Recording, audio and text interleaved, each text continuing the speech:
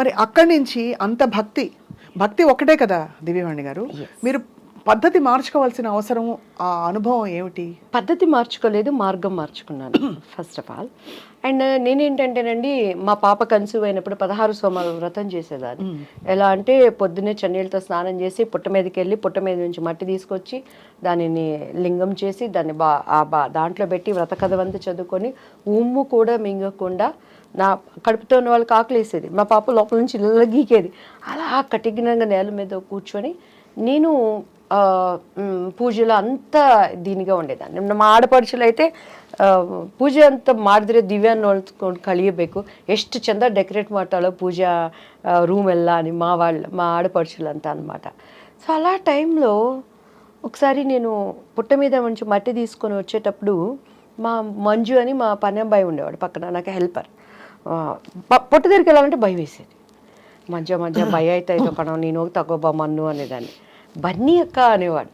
అంటే ఆ మట్టి మీద చేసినప్పుడు పాము ఎక్కడ వచ్చిద్దో, నన్ను ఎక్కడ గరిసిద్దో అని భయపడతా పుట్ట మీద మట్టి తీసుకునేదాన్ని. ఒకరోజు మా ఇంట్లో అప్పటి సౌదీ అని చెప్పని కర్ణాటకలో అంతా బచ్మనే అంటారండి, బాత్రూంలోనే రాగి కాగుంటుంది, 24 hours నీళ్ళు కాగుతూనే ఉంటాయి. ఆ కట్టెలు పైనుంచి తీసేటప్పుడు ఇంత పెద్ద కట్ల పాము పడింది కింద. నేను వణికిపోయి పరిగెత్తి దానిని కట్టి తీసుకొని కొడతా ఉన్నాడు ఎవరు, మా ఆ పిల్లోడు మంజు. నాకు అప్పుడు పాము దేవుడు కదా, పాము దేవుడు కనిపిస్తే ఇప్పుడు స్వప్న గారు రాగానే నాకు ఒక బ్యూటిఫుల్ హగ్ ఇచ్చారు. ఎంత ప్రేమ అంటే ఆ కౌగిలింతలో ఇష్టం, ప్రేమ. ఒక మనిషికి మనిషి ఎంత ఇష్టం ఉంటే దేవుడు కనిపిస్తే నేను వాటేసుకోవాలి కదా, నేను హక్ చేసుకోవాలి కదా. ఆ దేవుడి కోసమే కదా మనం పూజలు చేస్తున్నాం, మరి పాము నేను హక్ చేసుకోవాలి కదా. ప్రతి మనం ఆరాధించే వాటికి పాము సింబల్ ఉంటుంది కదా, ఎందుకు పామును కొడుతున్నాం? దేవుడు వచ్చాడు కదా, దేవుడిని ఎందుకు హక్ చేసుకోలేకపోయానని ఒక ఆలోచన వచ్చింది. ఏమోలే, మన పితరులు చెప్పారు మనం చేయాలి అనుకొని. అలానే వినాయక చతుర్దశి వచ్చినప్పుడు మా బాబుకి చక్కగా పంచికట్టి నగలనేసి వాడికి కూడా ఉండ్రాలు వేసేదాన్ని. ఒకరోజు మా ఇంట్లో ఎలుక వచ్చిందండి. ఎలుక వచ్చినప్పుడు ఎలుకలు అంటే మా వారు చాలా, ఆయన ఎట్లా అంటే అసలు ఫుడ్ దగ్గర బళ్ళు వచ్చినాయి హల్లిబందిదే సాయిస్ పూడి అంటారు. చాలా నీట్నెస్, డిసిప్లైన్, చాలా కేర్ఫుల్ ఉంటారు అన్నిట్లో. ఆ ఎలికని చంపడానికి నేను బండి కష్టం నాకే తెలుసు స్వప్న గారు. ఎలికలు బోన్ తీసుకొచ్చి పొద్దున్నే ఎలికని చూస్తున్నప్పుడు, రేపు పొద్దున్న వినాయక చవితి చూస్తే వినాయకుడి దగ్గర ఎలిక, ఇదేంటి ఎలుక కూడా దేవుడి రూపమే కదా, ఎలికని ఎందుకు చంపేస్తున్నాను నేను, దీనివల్ల ప్లేగ్ వ్యాధి ఏంటి, అట్లా తెలియని ఒక ఆలోచనలు నాలో ఉండేవి. సో ఎప్పుడైతే మా బాబు మీద ఈ చేతబడులు చీకటి శక్తులని ప్రయోగించారో, when I start read Bible, పరిశుద్ధ గ్రంథం, ప్రపంచంలో చాలా ఉన్నాయి. ఎవరిచ్చారు అసలు మీకు గ్రంథం? ఇప్పుడు గ్రంథం ఎవరిచ్చారంటే మా బాబు చదువుకునే స్కూల్ టీచరు సెయింట్ జోసెఫ్లో Nirmala aunty, she a believer. ఆమె నాకు బైబిల్ గురించి ఇచ్చి, దివ్య నువ్వు క్రీస్తు దగ్గరికి రా, నీ బాబుకి పరిపూర్ణంగా విడుదల ఇస్తుందని బైబిల్ ఇస్తే, నాకేం తెలుసండి, మా ఇంట్లో నాకు ఇప్పటికీ నా స్కూల్ బుక్స్ అన్నిటికీ అన్ని పండుగలు వచ్చినాయంటే వాళ్ళకి పసుపు పెట్టి మధ్యలో కుంకుమ పెట్టి సరస్వతి చదువు బాగా రావాలని చెప్పని బైబిల్ కూడా అక్కడ తీసుకెళ్ళి పెట్టి దానికి కూడా పసుపు కుంకుమ పెట్టి గంట కొట్టి హారతిచ్చి చదవడం వచ్చేది కాదు. నేను ఎప్పుడు రామాయణం, భాగవతం, భారతం ఇవన్నీ వినటమే కానీ అంత టైం ఎక్కడ ఉండేది చదువుకోవటానికి. పెద్దవాళ్ళు చెప్తే వినటం, నేను ఎప్పుడు చదవలేదు బైబిల్ని. సో ఫస్ట్ టైం నాకేదో దీన్ని చదువు అని ఒక ప్రేరణ వచ్చినప్పుడు, నేను ఆంటీ ఇచ్చింది తీసినప్పుడు ఫస్ట్ నాకు ఏం అర్థం కాలేదు. భూమి ఆకాశం శూన్యంలో నుంచి వచ్చింది, ఒక పేజీ అది చదివే ఏం అర్థం కావట్లేదు, ఏం చదవాలి, మూసిపెట్టేశాను, దండం పెట్టుకున్నాను. మనకు ముచ్చటగా ఏది చేసినా 3 సార్లు చేయాలి. సో ఏంటి బైబుల్, ఎందుకు నేను చదవాలి, నువ్వు నాతో ఏం మాట్లాడతావు దేవుడు యేసయ్య అని నేను దండం పెట్టుకొని ప్రేయర్ చేసినప్పుడు, మీరు నమ్మరు స్వప్న గారు, 3 times అంత పెద్ద పరిశుద్ధ గ్రంథంలో ఒకటేసారి ఒకటే వాక్యం వచ్చింది, తూర్పు పడమర ఉత్తర దక్షిణ నువ్వు ఎటు వెళ్ళినా కూడా నా సన్నిధి నీతో ఉంటుంది. ఆ మాటకి నాకు అర్థం తెలియదు, ఇప్పుడు నేను దాన్ని అనుభవిస్తున్నానండి. వరల్డ్ వైజ్ నేను ఎక్కడికి వెళ్ళినా కూడా గాడ్ ప్రెసెన్స్ ఏంటి, దేవుడు కార్యాలు ఎలా ఉంటాయని. ఆ తర్వాత బైబిల్ చదవటం, నేను పడిన ఒక మంచి చర్చ్ చెన్నైలో జైపాల్ గారు అని చెప్పని, రక్షణ అంటే ఏంటి, అసలు మత మార్పిడి అనే వాళ్ళని, దాన్ని అంగీకరిస్తున్నటువంటి దేవుడిని అంగీకరించిన వాళ్ళని చాలా వాళ్ళకి తెలియచెప్పాల్సింది. ఎక్కడ ఆయన నేను మతం అని చెప్పలేను, ఐ ఆమ్ ద వే, నేను మార్గం, ఐ ఆమ్ ద ట్రూత్. నేను సత్యం, ఐ ఆమ్ ద లైఫ్, నేనే మార్గం, నేనే సత్యం, నేను జీవం. ఆ మార్గం ఏంటి? ఈరోజు మన ఐ డ్రీమ్ స్టూడియోస్కి రావాలంటే జీపీఎస్ పెట్టుకొని వాళ్ళు పంపిన లొకేషన్ పట్టుకొని కరెక్ట్గా వచ్చాను. వచ్చినాక కూడా మన పిల్లలు చెయ్యి ఊపి దీనిలే పైరని అంటే ఆ కరెక్ట్ మార్గం పట్టుకోబట్టి ఇక్కడికి వచ్చాను. ఏంటి ఆయన మార్గం? I'm the truth. ఈ ప్రపంచంలో ఈరోజు సప్న గారు, దివ్య గారు ఇద్దరు కోర్టుకు వెళ్ళారంటే ఒకటే నిజం ఉంటుంది, రెండోది అబద్ధం. దానికోసం వాదనలు జరిగితే ఒక్కొక్కసారి అన్యాయం గెలవచ్చు, కానీ న్యాయం అనేది ఎప్పటికైనా నిలుస్తుంది. ఆయన ఏమంటున్నాడు? ఐ ఆమ్ ద ట్రూత్, నేనే సత్యం, నేను మాత్రమే సత్యం అంటున్నాడు. ఐ ఆమ్ ద లైఫ్, నేను జీవం. ఆ జీవం ఏంటి? ఈరోజు అగ్ని ఆరదు, పురుగు చచ్చిపోదు. ప్రతి ఒక్కడు, ఒక ప్రాస్టిట్యూట్ అయినా, ఒక దొంగ అయినా, మన కులం ఏదైనా, మన మతం ఏదైనా, మనం ఏమనుకుంటాం? చచ్చిపోతే స్వర్గంలో ఉండాలి అనుకుంటాం. ఆ స్వర్గంలో ఉండటానికి జీవం ఎవరు?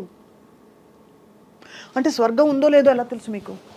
100% మంచి ఉంది, చెడు ఉంది, దేవుడు ఉన్నాడు, దయ్యము ఉంది. ఇక్కడ ఓకే, మన భూమి మీద స్వర్గం నరకం ఉంటే, మంచి ఆలోచనలు ఉంటే, మంచి ప్రపంచం ఒక ప్లెజెంట్ గా ఉంటే అది స్వర్గం అనుకుంటాం. స్వర్గం అనేది లేకుండా ఊహల్లో యమదొంగ సినిమా ఎలా చేశారు? అలాంటి స్వర్గలోకం అంటారా? నేను స్వర్గలోకం అదేం చెప్పట్లేదు, అప్పట్లో నాకు అదే స్వర్గం. కానీ బైబిల్ చదివినాక 100% దానిని పరలోకం అంటారు. మన భాషలో కొలెక్వల్ లాంగ్వేజ్లో అర్థం అవటానికి స్వర్గం అని నేను చెప్తున్నాను. 100% ఉంది. అది ఇక్కడ ఉన్నట్టు ఉండదు.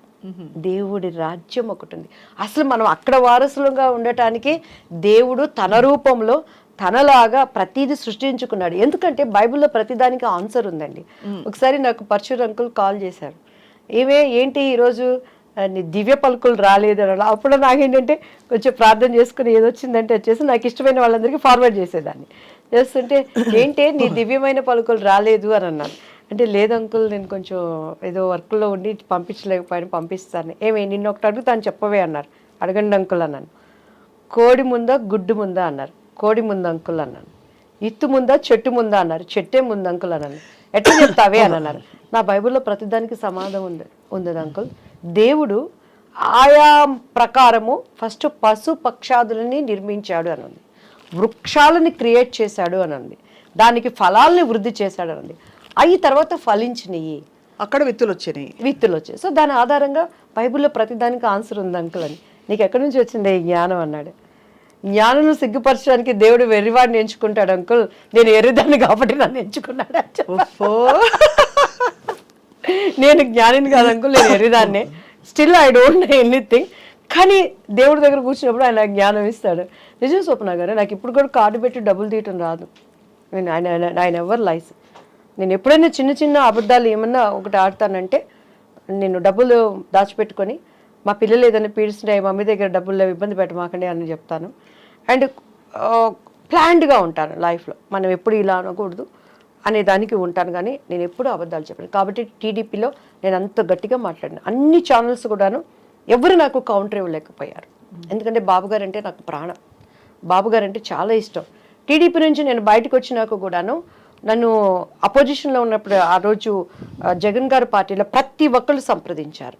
ఇప్పటికైనా రండి, మీలాంటి వాయిస్ కావాలి అన్నప్పుడు నేను ఎందుకు, జగన్ గారు నాకు విరోధి కాదు, యాజ్ ఎ బిలీవర్గా ఆయన నేను చాలా అభిమానిస్తాను. కానీ అక్కడ నేను అమరావతి అప్పుడు ఒక ప్రార్థన చేశానండి. మీరు కావాలంటే ఆ ప్రార్థన మీరు చూడండి. ఇది అమరావతిగా ముద్రించబడాలి దేవా అని చేసిన ప్రార్థన వ్యర్థమైపోతుంది. ఈరోజు నాకు ఇచ్చే ఆపర్చునిటీ పదవులు చూసుకుంటే, దేవా ఈ ప్రార్థనని నేను అబద్ధం చేయకూడదు తండ్రి అని నా పొలిటికల్ భవిష్యత్తును కూడా నేను అప్పుడు మానుకున్నాను. నా దేవుడు ఊహించిన దానికన్నా నేను చేస్తాడు. యెహోవా చేతిలో ఒక భూషణ కిరీటంగా, రాజకీయ మకుటంగా నేను వాడుకుంటానని ఇచ్చిన వాగ్దానం ఇచ్చినవాడు, మాట ఇచ్చినవాడు తప్పనివాడు అనేది నా విశ్వాసం. ఆ మాటకి నాకు అర్థం కూడా తెలియదమ్మా. కానీ నేను పొలిటికల్ లైన్లోకి రావటం ఇప్పటికీ నేనే. కానీ ఒకటి దివ్యవాణి గారు, అంటే ఇది ఇక్కడ ఈ స్పిరిచువల్ ఈ కనెక్షన్ మీరు బైబిల్ అప్పుడు మీ ఫ్రెండ్ నిర్మలా ఆంటీ గారు ఇచ్చారని చెప్పారు. చదవడం మొదలు పెట్టాక మీరు ఫార్మల్గా బ్యాప్టైజ్ అయ్యారా? లేదమ్మా, నేను 10 years ఒక చర్చిలో నేర్చుకునేదాన్ని. ఆ వాక్యాలు నాతో మాట్లాడేవి. నా అంతరంగంలో ఉన్న ప్రతి బాధని హోలీ స్పిరిట్ గాడ్ అక్కడ దైవజనుడి ద్వారా మాట్లాడేవాడు అనమాట. నేను ఇక్కడ ఏదనుకుంటే అక్కడ అది దానికి అర్థం వస్తూ ఉండేదన్నమాట. అప్పుడు మీ వారికి నచ్చలేదా? నచ్చలేదంటే కొన్ని అభిప్రాయ భేదాలు వచ్చినాయి. అంటే సహజం కదా, ఇప్పుడు ఒక మార్గంలో ఒకళ్ళు ఉండి అందులో ఇలాంటివి ఇంటికి ఒకటే ఉండాలని అంటారు, ఒక పద్ధతిలో ఉండాలి భార్యాభర్తలని. మీరు చాలా బోల్డ్ డెసిషన్ తీసుకున్నట్టే. Yeah. మిమ్మల్ని జనులు ఏమనలేదా మీ చుట్టూ ఉండేవాళ్ళు? మా లక్షణంగా ఇంట్లో వాళ్ళే. అమ్మా హిందూ అమ్మాయివి. నేను ఒకటి చెప్తాను స్వప్న గారు, కరోనా వచ్చింది కదా, కరోనా వచ్చినాక ఒక కుటుంబంలో ఉన్న వాళ్ళు కలిసి భోంచేశారా? హచ్చియం దుమ్మితే ఆవిడ గదుల్లోకి వాళ్ళు వెళ్ళిపోయారు, మాస్కులు పెట్టుకున్నారు. భర్త చచ్చిపోతే కనీసం పిల్లలు దగ్గరికి వెళ్ళి చూసుకునే పరిస్థితి ఉందా? అంతే మన బంధం, మన బంధం అంతే. ఈరోజు ఎవరైనా మన వాళ్ళు ఇష్టమైన వాళ్ళు చచ్చిపోతారంటే వాళ్ళతో మనం వెళ్ళి చనిపోతామా? ఈ శాశ్వత లేని బంధాల కోసం నిజాన్ని నేను ఎందుకు వదులుకోవాలి? అంత ఎక్స్పీరియన్షియల్ ఇది వచ్చిందా మీకు? 100%, 100కి 200%. దేవుడు ఏం చెప్తున్నాడు? చూసి నమ్మిన వాళ్ళకన్నా చూడక నమ్మిన వాళ్ళు ధన్యుడు. ధన్యత అంటే ఏంటి? ఈ లోకంలో ఉండే ధన్యతలతో పాటు ఆ లోకంలో మనకి ధన్యత. డెఫినెట్గా మనం రేపు అక్కడ చూసుకుంటాం. రేపు స్వప్న గారు కూడా అబద్ధం చెప్పడానికి లేదు సుమా. ఐసయ్యా నువ్వెవరో నాకు తెలియదాయా, నేను ఇదయ్యాను కూడా. స్వప్న డార్లింగ్, నా ప్రియమైన బిడ్డ, .com మనిషి .com నొక్కితే అమెరికాలో నుంచి ఇక్కడ చూసుకుంటున్నాడు. .com నొక్కితే .com అన్నీ వస్తున్నాయి. దేవుడు .com నొక్కాడంటే ఈ టైం అని చూపిస్తే మనం బొంకటానికి లేదు. ప్రతి మోకాలు ఆయన నామాన ఊనవలసిందే, ప్రతి నేత్రము ఆయన చూడాల్సిందే. మృతులు సూపర్ నేచర్ పవర్తో. ఎందుకంటే యేసుక్రీస్తు వారు మృతుడుగా ఇక్కడ లేడు. ఉంటే చరిత్ర వదులుతుందా అమ్మా? శాస్త్రజ్ఞులు వదులుతారమ్మా? తీమని ఆయన డెడ్ బాడీలో ఆయన ఆనవాళ్ళు తీయమని చెప్పండి. ఇప్పటికీ కూడాను ప్రతి దానికి ఒక బోటు నీకు తయారైందంటే ఆ కాలంలో నోహు చేసిన బోటే. నీకు చరిత్రనే ఆధారం. క్రీస్తు శకం, క్రీస్తు పూర్వం కొలవబడుతున్నవారు, ఆరాధించబడుతున్నవారు, పూజించబడుతున్నవారు అనేక మంది ఉన్న ఎందుకు మార్చుకోలేకపోతున్నారు? పరిశుద్ధ గ్రంథం, హృదయ శుద్ధి కలవారు ధన్యులు, వాళ్ళు మాత్రమే దేవుని చూస్తాడు. ఈ గ్రంథము పేరే పరిశుద్ధ గ్రంథం. హోలీ, పరిశుద్ధత, cleanness. Without clean you can't see the god. ఏ గ్రంథానికి ఆ పేరుంది? అండ్ ఆయన ఒక చరిత్ర, హిస్టరీ, హిజ్ స్టోరీ, హిస్టరీ. యేసుక్రీస్తు వారి స్టోరీ, హిస్టరీ, చరిత్ర. అఫ్ కోర్స్ మీకైన అనుభవాలు తప్పకుండా దివ్యవాణి గారు మిమ్మల్ని ఇటువైపుకు తీసుకొచ్చిన తర్వాత మీ జీవితంలో కుటుంబం విషయంలో ఇలా కొంచెం అయినప్పటికీ మీరు భయపడకుండా ముందరకెళ్ళారు మీరు అనుకున్న మార్గంలో. తర్వాత ఏం జరిగింది? మీకు ఏ విధమైన చాలా అమ్మ, మా బాబు విషయంలో డే బై డే ఇంప్రూవ్. అసలు ఇప్పుడు ఎలా ఉన్నారు బాబు? నాకు మీకు యాక్చువల్లీ చెప్తే నమ్మశక్యం కానివి కానీ నాకు థైరాయిడ్తో చాలా వెయిట్ వేసాను అప్పుడు. ఈ విచ్ క్రాఫ్ట్స్ అవన్నీ నా మీద కూడా ఉండి నా టీఆర్ ప్రైస్ నా వెనకటి రూపాయలు నాకు ఇచ్చింది. నా బాబుకి చాలా ఎలా అంటే నా బాబు నాకు లేడు అని. విచ్ క్రాఫ్ట్ చేశారు ఎవరు మీ మీద? మా హస్బెండ్ చేశారా? హస్బెండ్ వాళ్ళ? హస్బెండ్ సైడ్ వాళ్ళు మేబీ, ఐ డోంట్ నో. ఎందుకు చేసి ఉంటారు? ప్రాపర్టీస్, వేరే లాంగ్వేజ్ నుంచి వచ్చిన అమ్మాయి ఉంటాయి కదండి, చాలా జెల్సీ మైండ్లు. అందరూ మంచితనం జరిగిందా బాబోయ్? ఎస్పెషలీ నా బిడ్డ రేపు వారసుడు అక్కడ. ఇప్పటికీ కూడా నేను ఇంకా ఫైట్ చేస్తున్నాను. సో అలాంటి టైంలో మా కుటుంబీకులు ప్రేమనంతా మా ఇంట్లో మా అన్నయ్య వాళ్ళు గృహప్రవేశాల కంటే కూడా నన్ను పిలిచేవాళ్ళు కాదు. ఇక్కడికి వచ్చిన యేసుక్రీస్తు అంటుంది అని చెప్పని. సో అట్లా బంధువులు. దేవుడు ఏంటంటేనండి, అంటే నేను ఎవరిని విమర్శించట్లేదు సుమా. అండ్ ఇప్పుడున్నటువంటి నా తోటి సహోదరులు సహోదరులు వాళ్ళు ఏ కులమైనా ఏ మతమైనా, భారతదేశము నా మాతృభూమి, భారతీయులందరూ నా సహోదరులు. ప్రతి ఒక్కరిని నేను విలువనిస్తాను, గౌరవిస్తాను. ఓపికతో వాళ్ళు నిజాన్ని తెలుసుకోవాలని ప్రార్థన మాత్రమే చేసుకుంటాను. కానీ నేను ఎవరిని ఎప్పుడు క్రిటిసైజ్ చేయనండి. చాలా నేను వాళ్ళ విలువనిచ్చి చాలా వాటిని అటెండ్ అయింది కూడా నేను ఉన్నది. అయితే ఇక్కడ నా స్వ అనుభవం, మీరు ఎన్నో ఇంటర్వ్యూస్ చేస్తుంటారు, ఇంత బోల్డ్గా లేదు దివ్య అన్నారు. ఎవరైనా ఈ మాట మీరు అనగలిగారా? ఎంతోమంది దేవుళ్ళు చూశాను. ఈ నిజాన్ని, ఈ కనెక్టివ్ని నేను గ్రహించుకున్నాను. ఎందుకంటే ఈ కళ్ళతో చూస్తే మీకు క్రీస్తు అర్థం కాడమ్మా. మనసుకున్నటువంటి ఒక మనోనేత్రం తెరవబడాలి, అప్పుడు మాత్రమే ఆయన అర్థమవుతాడు. నేను ఆ స్థితికి రావడానికి చాలామంది నా గురించి ప్రైజ్ చేసిన వాళ్ళు ఉన్నారు. ఎందుకంటే ఎప్పుడైనా యేసయ్య గురించి ఎవరైనా చెప్తానికి వస్తే, అబ్బా వీళ్ళు వచ్చారు మళ్ళీ బుర్ర తింటారు అని ఇంట్లో నేను కూర్చొని తలుపులు వేసేసుకొని లేనని చెప్పించిన సందర్భాలు వేవేలు కోళ్ళలు ఉన్నాయన్నమాట. కానీ దేవుడు 10 సంవత్సరాల పిచ్చిదానిలాగా ఇది నిజం అని పరిగెత్తిన సందర్భాలు కూడా అనేకం ఉన్నాయి. కానీ చాలా డిస్టర్బెన్సెస్ లైఫ్లో. ఎందుకంటే ఈరోజు ప్రతి ఒక్కరు క్రిస్మస్ చేసుకుంటారు, ప్రపంచం అంతా చేసుకుంటుంది, తెలిసిన వాళ్ళు తెలియని వాళ్ళు. ఆ రోజు మనం చూస్తే కన్య మరియా అంటారు, షీఈ్ వర్జిన్. వర్జిన్కి ఎలా గర్భం వచ్చింది? హోలీ స్పిరిట్తో. మీరు యేసుక్రీస్తు వారి డిఎన్ఏ ఇప్పటికీ కూడా ఆయనను సిలువ వేసినప్పుడు ఒక రక్తపు చుక్క అక్కడ పడిన ఆ నమూనాలు తీసుకుని శాస్త్రజ్ఞులు చేస్తే వాటిలో జీవకణాలు ఉన్నాయట. ఒక రక్తం పడితే గడ్డగడిపోతుంది, అది వెళ్ళిపోతుంది, దాంట్లో జీవకణాలు ఉండవు. It's truth. ఆ జీవకణాల డిఎన్ఏని చూస్తే మేల్ దాంట్లో ఆనవాళ్ళు లేవు, స్త్రీ మూలాలు అందులో ఉన్నాయి. స్త్రీ సంతతి ఆయన ఫోర్ ఫాదర్స్ అంతా మనం తీసుకుంటే ఆమె గర్భం ధరించినప్పుడు ఆమె ఎక్కడ సంతోషంగా లేదమ్మా. ఆమెను ఎవరు తీసుకెళ్ళి శ్రీమంతాలు చేయలేదు, మా ఇంట్లో ఉండనలేదు.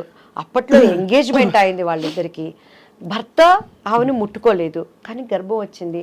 వాళ్ళ హస్బెండ్ పరిస్థితి ఏంటి? ఒప్పుకుంటాడా? ఎన్ని అనుమానాలు. ఆయనంట రహస్యంగా ఆమెను విడరాడాలని చూశాడట. అంటే ఎవరికి చెప్పకుండా ఆమెకి ఎట్లా వచ్చిందో కడుపు. అప్పటిలో ఆచార ప్రకారం రాళ్లతో కొట్టి కొట్టి కొట్టి కొట్టి చంపారు ఆ స్త్రీ. ఈ మధ్య నెట్ఫ్లిక్స్ సినిమా కూడా వచ్చింది, చూసారా? సో అటువంటి స్థితిలో దేవుడు నా దగ్గర ఉన్నాడు అని చెప్పని గర్భంలో మోస్తున్న ఆమెకి మెప్పులు రాలేదు, సంతోషము రాలేదు, ఆదరణ లేదు.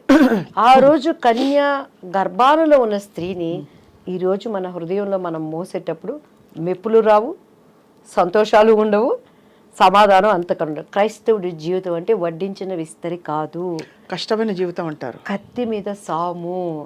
కానీ మిమ్మల్ని క్రిటిసైజ్ చేశారా దివ్యవాణి గారు? సినిమా ఇండస్ట్రీ సభ్యులు. కానీ దేవుని మహాకృపమ్మ, టీడీపీ పార్టీలో ప్రతి ఒక్కళ్ళు నా దగ్గరకు వచ్చి ప్రార్థన చేయించుకునేవాళ్ళు. అది ఓకే అంటే అలా చేయించుకోవడం, బట్ క్రిటిసైజ్ ఏమో నా ముందుకు వచ్చి ఎవరు చేయరు కదమ్మా స్వప్న గారు, నా ముందుకు వచ్చి ఎవరు చేయరు. నా కుటుంబీకులు అనేవాళ్ళు, నువ్వంతా ఓవర్ చేస్తున్నావు, అతి చేస్తున్నావు, నీకు ఎందుకే అని చెప్పనేవాళ్ళు.